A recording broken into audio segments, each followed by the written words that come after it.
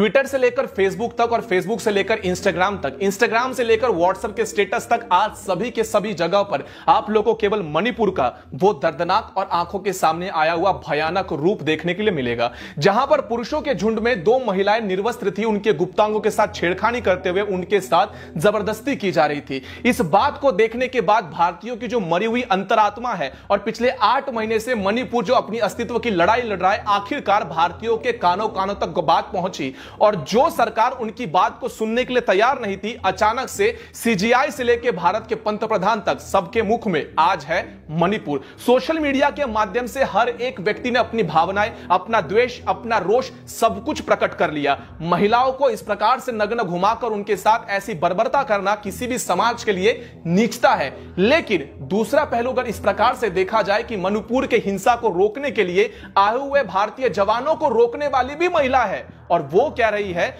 अगर भारतीय जवान हमारे सामने से नहीं गए तो हम अपने कपड़े खोल देंगे। ये कहने वाली भी एक महिला है।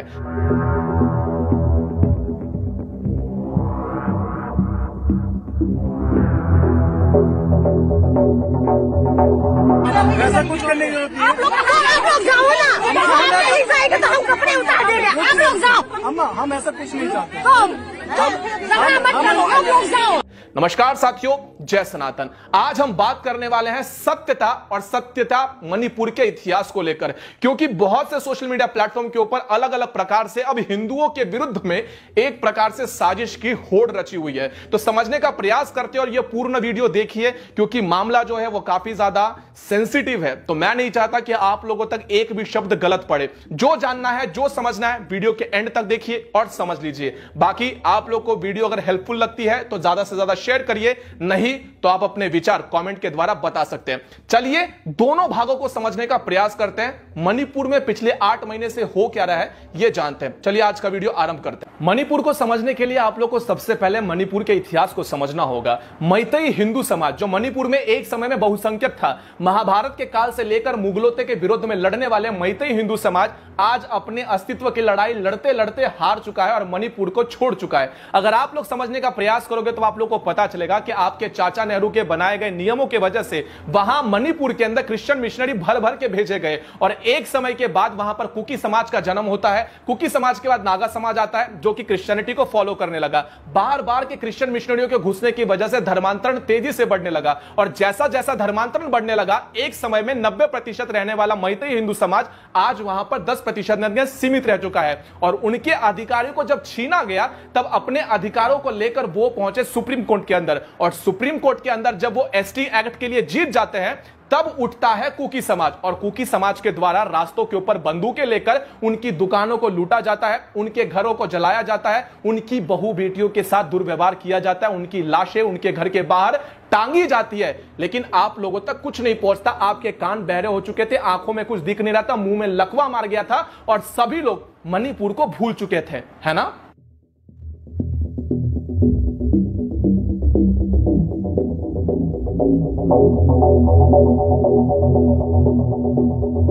खैर हटाइए ये सारी बातें। वैसे भी ये सारी बातें इतिहास की और आज के इंटेलेक्चुअल युवकों को इतिहास में ज्यादा इंटरेस्ट रहा नहीं, इसलिए इतिहास को भूल जाते हैं, वर्तमान की बात करते हैं। वर्तमान में जहां तक बात किया तो आप लोग को पता होगा कि जब भी आप लोग कभी किसी कॉलेज या स्कूल में एडमिशन लेने जाते हैं और जस्ट बिकॉज ऑफ रिजर्वेशन आप लोग को वहां पर अनुचित न्याय नहीं मिलता है, तब आप लोग के मन में प्रश्न उपस्थित होता है कि काश मेरे पास भी रिजर्वेशन की सीट्स होती, है ना। मतलब आप लोग के साथ जब कुछ गलत होता है तब आप लोग चाहते हो कि आपको भी रिजर्वेशन मिले, या फिर मुझे किसी कॉलेज में एडमिशन मिलना है, मुझे कोई नौकरी चाहिए और वहां पर मुझे रिजर्वेशन मिले तो मैं उस नौकरी को पा सकता हूं। लेकिन अगर आपके पास योग्यता है तो आप अगर रिजर्वेशन के कोटे में नहीं बैठते हैं तो आपको नहीं मिलेगा। यह अन्याय है, यह बात आप भी स्वीकार करते हैं और यही चीज तो हो रही थी। मणिपुर का जो मेन झगड़ा था वो इसी को तो लेकर निकला था। अब आप लोग को यह समझना होगा कि जो कुकी समाज है और जो मैतेई समाज है, इनके बीच में जो डिस्प्यूट चल रहा है, इसका रीजन ही यही है कि सुप्रीम कोर्ट के द्वारा अब मैतेई हिंदू समाज को रिजर्वेशन मिल चुका है, जिसकी वजह से कुकी समाज भड़क गया और भड़का तो भड़का कैसे,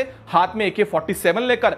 अब यहां पर बात यहां पर यह आई कि मैतेई हिंदू समाज के दुकानों को लूटने से लेकर उनकी महिलाओं को कूटने तक का सारा प्रभाव कुकी समाज कर चुका है। और बौखलाते हुए, उनके घरों को जलते हुए, उनकी आंख से निकलने वाले अश्रुओं को हम लोग दिखाने का प्रयास किया था, लेकिन आप लोगों ने देखा नहीं। आप लोगों ने कहा यह तो चलता रहता है। एक के बाद एक यूट्यूब वीडियो बार बार मणिपुर के ऊपर आ रहे थे, सरकार चुप्पी साधे हुए थी, लेकिन अचानक से वहां पर सरकार ने अपनी चुप्पी तोड़ी और कहीं ना कहीं अब वहां जाकर आर्मी, भारतीय जवान को भेजा गया। लेकिन क्या हुआ, जैसे ही भारतीय जवान वहां पर पहुंचता है, वहां पर कुकी समाज की औरतें पहुंच जाती है शील्ड बनकर।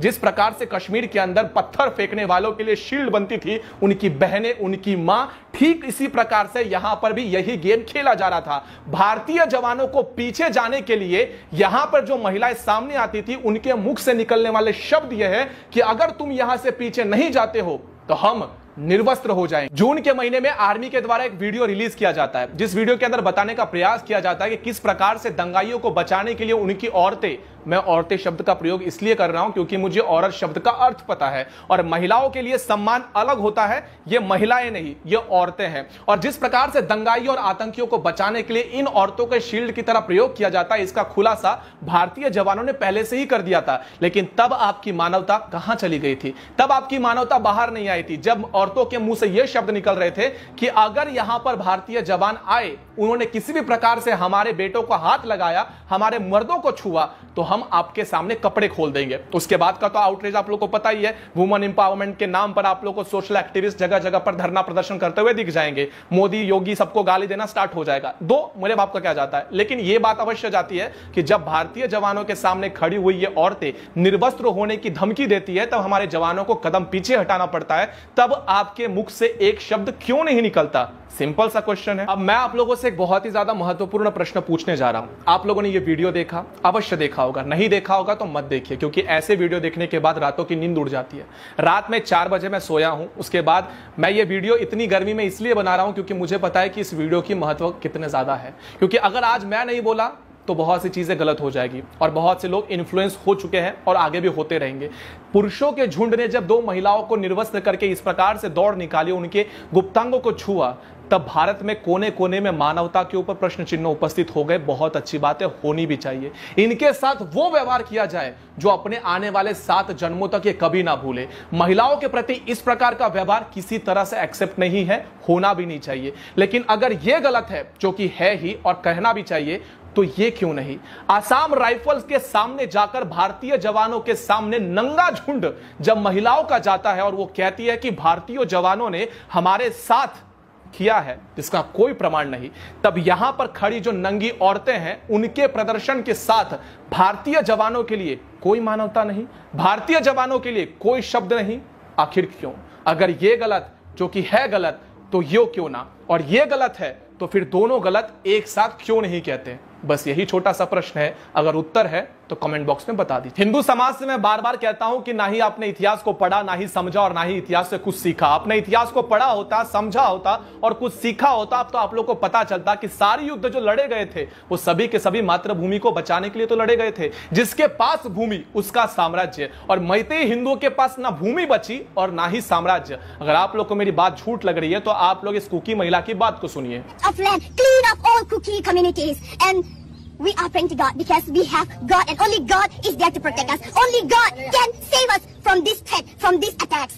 And we believe that God will answer our prayers because every land belongs to God and God has given us this land to settle here from many years ago, even our grandfathers and forefathers. And we believe that we will continue to inhabit this stretch of land until the day of the Lord. Thank you. पिछले 8 महीनों से cookie आतंकवादियों के द्वारा हिंदुओं की आरती सजाकर उनके घरों को फूका जा रहा था, उनके शरीर को जलाया जा रहा था, उनके घर को, उनके दुकानों को, उनके बहू बेटियों को लूटा जा रहा था। और वहां का हिंदू समाज अपने ही घर, अपने ही शहर, अपने ही गांव को छोड़कर भाग रहा था।